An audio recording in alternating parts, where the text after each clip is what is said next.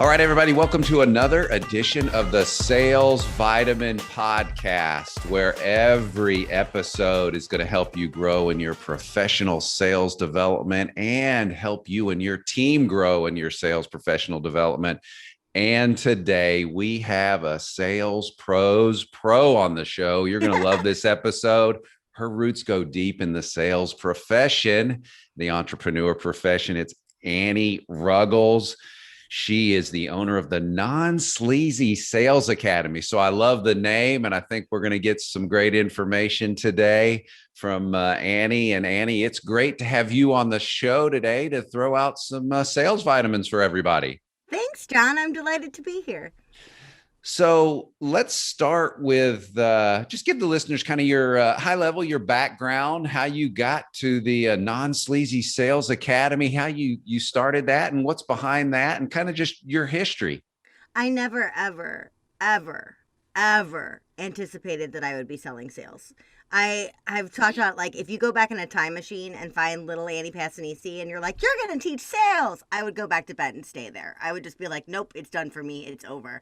Yeah. But that is because I had a very misguided definition of what selling required of you or who selling required you to be. But my background was oddly kind of the family business for me. My mom was a speaker. My dad was a business strategist. So at about age 10, I had a crash course in entrepreneurship and all things carving your own path. And I was like, yes, cool. Let's do that. Let's find a way to use my skills to help people. Let's get out in front of this and make a difference for other small businesses, because I've always been super obsessed with tiny, tiny businesses. And what happened was I thought I was going to be a life coach for a while. My background's in musical theater, so it's, utterly almost useless except for all of the communication skills that it provides, which are many. Theater people don't at me.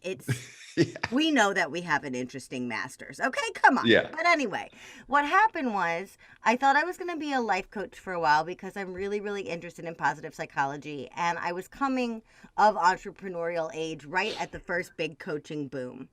Yeah. And so I'm like, yes, cool. Okay, I'll do this. I'll take grown men out and make them hang out on swing sets and call it whimsy coaching, and it'll be fun. And I didn't really know what I was doing. I was 22. I had just gotten out of a traumatizing job in marketing for theater marketing that I never wanted to be in, but they inside promoted me because I was the receptionist and they thought I was cute. So they were like, cool, we'll make you a marketing assistant. Yeah. So I'm like, nope, no marketing, nothing having to do with marketing or sales. No. I am a swing set coach. I am whimsical. No. Yeah. But then, baffling even me, it turned out that all that marketing knowledge and the entrepreneurial knowledge that I had kind of sponged up throughout my life was making my weird coaching business profitable. And so people were coming to me who were other coaches, and they were hiring me and they were paying me. But what they were paying me for was not to coach them. It was to marketing, strategize, and position them. Right. So I thought, oh, okay, apparently I'm good at this. So I did what I always do, and I took about 2 years to learn absolutely everything I could learn about marketing a small business and intentionally marketing small businesses that people use, proper nouns about: their purpose, their calling, their passion, their what's the other one? The thing that nuns feel, their vocation. There we go. Vocation. Capital V, right? Yeah. And so all of those things, and I found out that it's a very delicate baby bird that you're handling when people are this passionate about what they're providing and when it's this much of them. Right. So I did marketing and branding for very, very small businesses, mom and pop shops and solopreneurs mostly, for almost 10 years. But what really started, and I took a really weird stint in software for 5 years in the middle of it, which I'm grateful for, but we'll get into it if we get into it. But yeah. But what was amazing though is that I loved the marketing and branding, and I loved watching these businesses blossom. But as soon as they blossomed, they almost immediately would just start to die on the vine. So we'd have these incredible strategies, beautiful launches, stunning branding, great copy, so thought out. They're invested. The client's amazing. They're their test clients or whatever are raving and their business is broke. And I'm going, what on earth? Why? What is this? And I looked at it and I realized that both me, definitely me, because they were modeling me in a lot of ways, but also the people that I was serving have such deep seated fear of selling that what they were doing is they were marketing and marketing and marketing and marketing, marketing, marketing, marketing, marketing, marketing, Right. following all these plans, but they were never actually asking. And if they were asking, it was slapdash or sloppy or totally out of integrity for them. Yeah. Because they had inherited it from somebody else. And so I got sick of watching my clients struggle, and I got sick of my business not growing as quickly as it should. So I took about another 2 years to deep dive into all things sales. Yeah. And I found a lot of stuff I didn't like, but I found more stuff that I did. Right. And I thought, let's polish up the heart of this teaching so that people that are running their business from their heart, from their place of integrity, will resonate with this and won't rebel against this. And let's find real alternatives to some of the most common arm twisting practices or demeaning practices in selling so that they're never a requirement for people. And that's how the Non-Sleazy Sales Academy was born, and that's how I got here. Fascinating. That's a cool story. So one of the things you talk about is the little M versus the big M, and from a manipulative standpoint in selling. So when you say, a lot of people will tell you, yes, selling's manipulative, and talk about the little M and the big M and how you kind of see manipulation in the sales process. Is selling manipulative? According to me, yes, it is. It totally is. But what a manipulation means is it means that at its core, to manipulate something, like if you manipulate clay, you shape it into something else. In order to sell, a buyer, and everybody knows this is basic sales 101, they have to learn certain things and they have to feel certain things. In order to elicit those responses in them, you have to take them by the hand and lead them to those places. That's manipulative. But it's manipulative in the same way that your favorite TV show is manipulative. John, what's a show or a movie you really love? Oh, how about the Game of Thrones? Okay, Game of Thrones. Perfect example. So, Game of Thrones, when little Jack Gleason as Joffrey Baratheon is so Joffrey Lannister Baratheon, let's do that. But when he's doing such an incredible job, being so hateable that he retires from acting at age like 21 because everyone's like, Joffrey. That's because he is a master manipulator. In his acting, he made us hate him. Right. That is brilliant. But similarly, when Daenerys flies in on her dragon and the whole audience goes, oh, you don't think the showrunners wanted us to do that exact gasp at that exact moment? They totally did. But the difference is the show is emotionally manipulating you, but you signed up for it. You strapped yourself into that roller coaster. And selling is the exact same way. The difference between sleazy selling and non-sleazy selling is if I am manipulating you with your consent to open your eyes to something that you want or the possibilities of what's available to you, then I'm not going against you. I'm not arm twisting you. I'm not backstabbing you, but I am leading you to feel things. The big M nasty manipulation is when you take that same skill set and you apply it toward the application of the person on the other end of the transaction buying whatever you think they should buy. Yeah. Instead of whatever it is that they actually need. That's an actual manipulation. That's the used car salesman standard of, I'm going to sell this welfare mother of four a Lamborghini because my boss says I get a bonus today if I do it. Right. That's big M manipulation. But I think people are so afraid to make the person on the other end of the transaction feel anything. And without that difference, without that guidance, and without that push, that sale's not going to get made. What are some of the things that your clients that come to you, whether it's an individual or a sales group or just a smaller company, mid-sized company, what are some of the things that you see right away that they're going to need to improve? What are the key sales skills that they're missing right now? When to talk and when to shut up. Okay. That is seriously so freaking huge, because I listened. So when I went on this wild adventure into selling, I told all of my clients, a bunch of my friends, and myself, I was like, send me all your sales calls. I got to figure out what's going on here. Send me your discovery calls, send me your out and out sales calls, just give them to me. And the number one problem that I saw was that absolutely none of us were sticking the dang landing. Right? So we're gymnasts. We're massively flipping around the whole time, being impressive and wonderful and blah, blah, blah. And then we get to the end where we're supposed to dismount and we land it. Looks like we're going to stick it. And then we like wobble all over the mat, fall over and cry. Like, no, you guys, no. But the way that that actually looks like in a sales conversation, the number one place where I call it sales vomiting happens is right after, the crucial moment after you talk about the price or the investment. In that spot, people get so uncomfortable with the silence, they just fill it. Yeah. Just feel it, right? And I'm not the first person to say that whoever talks next loses, right? At the end of the ask. That's not me. Who is that? I don't even know. Somebody fancier than me. Somebody way fancier than me. But the difference is when I see it, they go, okay, John, so you and I have been talking for this whole hour about how we're going to make this happen. And you're on board and I'm on board. And the investment for that is $2,300. You know, and I know that competitively that may not have been what you were expecting. And John, I want to take your feedback. I want to hear you out. I know some of my competitors are cheaper. Like maybe you've heard of this person. I'm sure that you've gone to their website. I mean, yes, and they're really great. They've been doing this for forever, but they're more expensive than me. But also they have some cheaper things than me. And it's like, shh, stop. Yeah. You are talking over the client's ability to make a decision.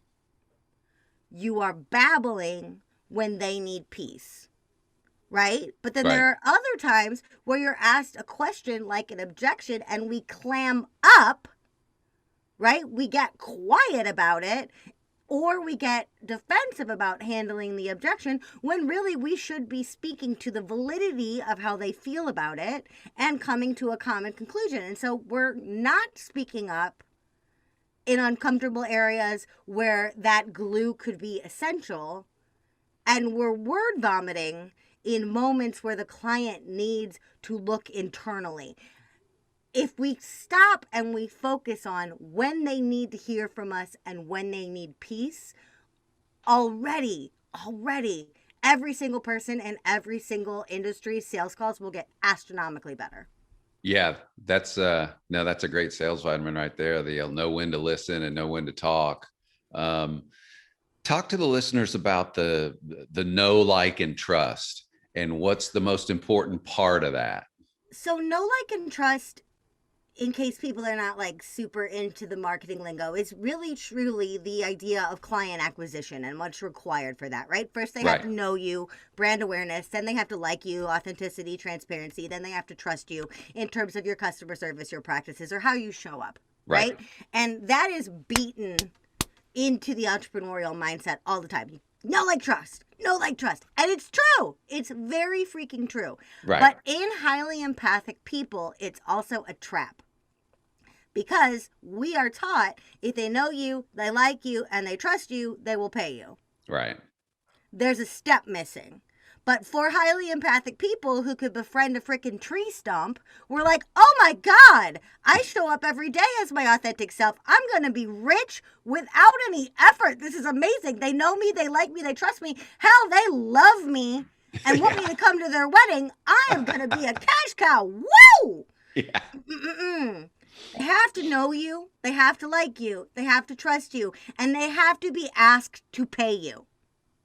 If they are not asked, yes, a very small percentage of your buyers will self-select to hunt you down to find the buy button. It will happen. Yeah. It has happened. There are outliers. But the vast majority of your people need to be properly prepositioned. Proposition. They need to be asked correctly and thoroughly in a way that says, this is what's important to you. This is what I'm offering. This is the buy-in of time, money, whatever it may be. These are Yeah. the KPIs that we're going to hit. And this is how we're going to, see if this is the right fit or not. If you haven't done all of those things and then said, and by the way, the buy button is right here on this page and here's my payment platform, then they're not going to just go, oh, I know this person and I like this person. You know what? Let me go get my wallet. They're going to go, I know this person. I like this person. I trust this person. And they seem to have no interest in asking me. So I'm just going to stay here in the free seats and sop this up until one of their competitors comes along and is more bold. Right. Yeah. Yeah. Now, you also have a lot of your clients and what you offer called the empath sales process and course. Talk about that. What does that look like high level, and how does the client kind of go through that process? So this was one of the things in my kind of, 2-year rabbit hole of trying to figure out all of this stuff. I started discovering this thing that I call the empathy gap.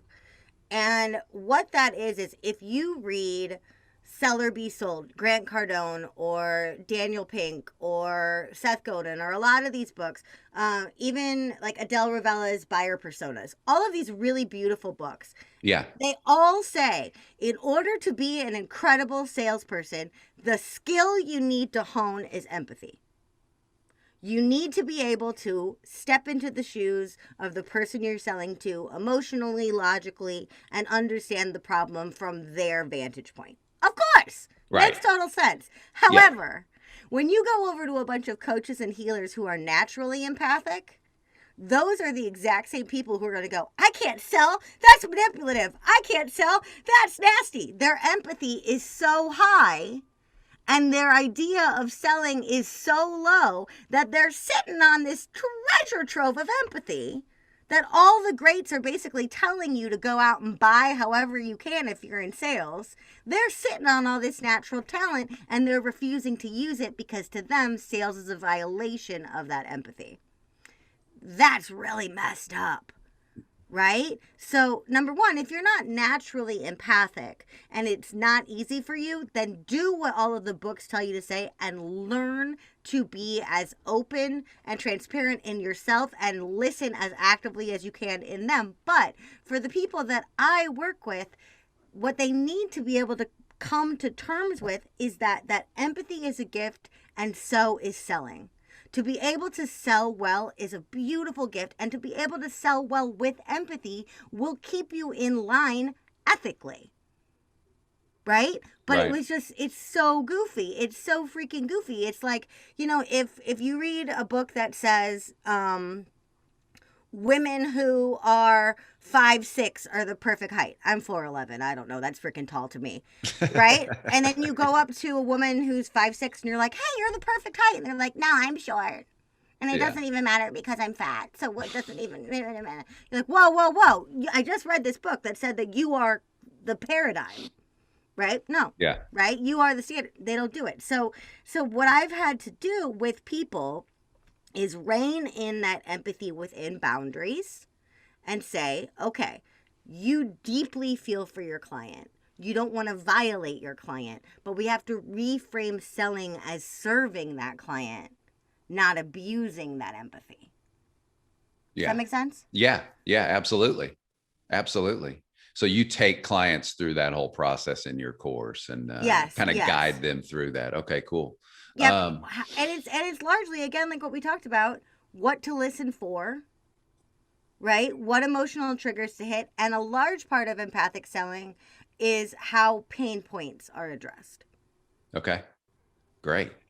Now, your grandfather, we talked earlier, your grandfather, I guess, was a very successful, is it used car sales, sales professional where you're from. What did you learn from him? Because used car people have what you're talking about, kind of that sleazy, that reputation, but obviously he was very good. What did you learn from him? Well, here's the thing. At the time, probably nothing. Because my grandpa and I could not have been more different. By the time that I came onto the scene, he was retired. Yeah. But my grandpa was a German immigrant, World War II war hero on our side. Yeah. Man of very few words, not an emotional dude, right? So all the stuff that I'm talking about emotional selling, he would think that that was pretty. I think he would probably call it bunk. His word would be bunk. Ah, Yeah. that's bunk. That's a bunch of bunk. But what I do understand now that I didn't really get at the time was because he was a man of so few words, but because his integrity was so high, so much higher than his people skills, what made him an incredible salesperson is he would listen and prescribe.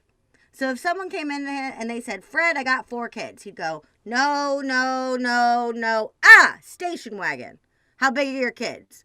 Okay, hold on. You got a baby? All right, maybe not. How about this van? Right? Okay. No, no, no. How about this one? Okay, you want it to be blue? No, no, no. How about this one? And so he's always constantly listening and prescribing. And so the standard used car salesman, I'm going to sell you a lemon. I'm going to trick you into something you don't need. The wheels are going to fall off the second you drive it off the lot. Gotcha. Right? Yeah. None of that was ever in play. It was always let me find the best car for this buyer, to the point where when he passed away, people he sold cars to 30 years before saw his name in the newspaper, Yeah. confirmed that he worked at Big Four Chevy, and came to his funeral. Yeah. Wow. And are like hugging on my mom and me, and we're like, I'm sorry, who are you? And they're like, Fred, or they'd call him like a nickname, Freddie. Freddie sold me a car in 1968. Yeah. I drove that car for 20 years. And Freddie always gave me feel old. And we're like, Freddie? What? Like, who are you? What? But he made a lasting impression by honoring the person on the other end of the transaction. And he didn't have to be an emotional mess about it. And he didn't have to be a softie about it. But he also didn't have to employ any tricks. And as such, my grandpa was not a trickster. And he was the only used car salesman I knew. So as a kid, when people are like, ugh, used car salesman, I'm like, well, my grandpa seems cool. What's Yeah. your, Yeah. right? And now, even so, part of the reason why I wind up talking about it all the time is to this day, when I talk about non-sleazy selling, they're like, oh, non-sleazy. Yeah, that's exactly right. I don't want to be a used car salesman. And so then I feel like Loretta Lynn. I'm like, well, I'm a used car salesman's granddaughter. I'm not a coal miner's daughter. I'm a used car salesman's granddaughter. Yeah. And I'm looking forward to when we are reunited and whatever comes after this life, laughing over a natty light and probably a pickle with him about how 2 people so different wound up in the same profession. Yeah, no, that's a great story. The emotional piece of selling versus the technical skills, the things, just the basic foundations of skills. Where do you place most of your emphasis in when you work with clients? If you were to maybe put a percentage on it, or just how much do you work on that emotional, that empathy piece versus the, hey, here's some basic sales fundamentals that we've got to work on as well? It's both, right? So there's Right. mindset pieces and there's strategic pieces. The mindset Right. piece, once you stop avoiding sales actively, that's pretty much a once and done, right? Yeah. But over on the actual strategy piece, there's a lot of how you're communicating, which is stylized in sales skill, but there's also that empathy piece, which is the emotional side of it, right? Yeah. And so where the empathy really comes in is there are emotional buyers and there are fact-based buyers, but most of us live somewhere in the gray area on that spectrum. Right. Most of us need a little razzle dazzle and a little bit of fact in tandem. Some of us need more of one than the other, right? But where the empathy comes in is understanding what the client needs from you, the prospect needs from you in that moment, which allows you to crank up emotion or dial up detail depending on wherever their brain needs you to go. And that's what I really focus on is in this moment, is the client showing you that they need more emotion, they need more razzle dazzle, they need more storytelling, they need more community impact, they need more mission, they need more purpose, or do they need more KPI, more statistics, more details, more delivery metrics, more timeline, right? And so there's a dance of those two, right? There's your song of ice and fire. It's Right. detail versus emotional piece, that if we learn how to do that beautifully in conversation, we can also do that beautifully when we don't have the luxury of sales conversations on things like our sales emails, our sales pages, and our pre-recorded materials, because we understand that dance better and can do it more automatically. Yeah, no, that's awesome. What's the best way for the listeners to get in touch with you, to contact you, to learn more about this approach and really just to get engaged with the Non-Sleazy Sales Academy? What's the best way to get in touch with you? So there's two things. If you are in active learning mode, if you are in the rabbit hole and you're looking for education, I encourage you to go to my website, anniePruggles.com. You'll find my free masterclass, Making Selling Easy Without Getting Sleazy. You'll find a gajillion podcast episodes, all kinds of info, right there on the website, anniePruggles.com. But if you are in active sales avoidance, if you have something coming up and you are freaked out, do not go to my website. Don't do it. What I want you to do instead is I want you to message me on a platform with messaging. And what's best for me, or easiest for both of us, tends to be LinkedIn or Instagram. LinkedIn, just search for my name. Instagram, I'm at Anniepreneur, ANNIEPRENEUR. And if you DM me, I can get you unstuck as soon as I can get to that message. We can work together. We can prep you for that call together, free of charge, of course. But don't go to my website if you're freaking out about something. Yeah. If you're freaking out about something, come to me directly. But if you're in that spongy, energetic, I just want to learn as much as I can space, head on over to my website. And then you can also reach out to me through that website. Okay, great.